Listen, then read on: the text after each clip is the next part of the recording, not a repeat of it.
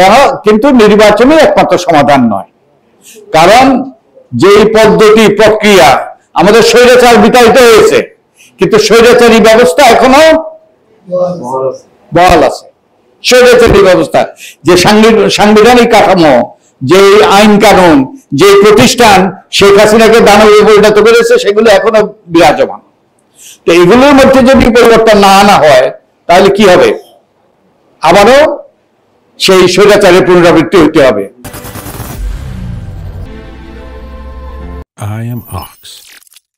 তো আমি একথা বলছি না যে নির্বাচনের প্রয়োজনে, নির্বাচন অবশ্যই হতে হবে এবং সুষ্ঠু নির্বাচন হতে হবে, নিরপেক্ষ নির্বাচন হতে হবে, গ্রহণযোগ্য নির্বাচন হতে হবে এবং দ্রুততম সময়ের মধ্যে হতে হবে।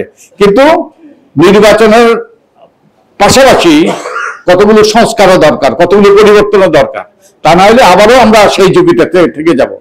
আওয়ামী লীগ দল হিসেবে অঙ্গীকার করেছিল, এই অঙ্গীকারের পরে তারা নির্বাচন অংশ নিয়েছিল, নির্বাচনের প্রার্থী দিয়েছিল এবং নির্বাচনে জয়ী হয়েছে শেখ হাসিনার নেতৃত্বে তারা সরকার গঠন করেছিল। তো সরকার গঠন করার পর সরকারের দায়িত্ব কি হওয়া উচিত ছিল? হ্যাঁ, কি পালন করা? ওই অঙ্গীকারটা বাস্তবায়ন করা, দিন বদলের সহযোগিতা বাস্তবায়ন করা। আর দলের কি দায়িত্ব ছিল? দায়িত্ব হওয়া উচিত ছিল শুধু কি সহযোগিতা করা? ওই অঙ্গীকারটা কাজ ছিল দলের।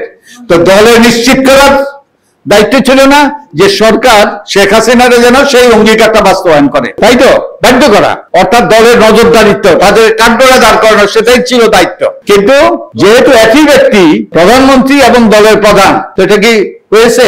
বরং সরকার আর দল এক হয়ে গিয়েছে। সরকারি কর্মকর্তারা, সরকারি কর্মচারীরা, আইন শৃঙ্খলা বাহিনী যে অন্যায় করেছে, তার সাথে সাথে দলের সদস্যরা অন্যায় করেছে। এই খুনখারাপি তারা করেছে না? তো তারা কি দায় এড়াতে পারে? দায় এড়াতে পারে না।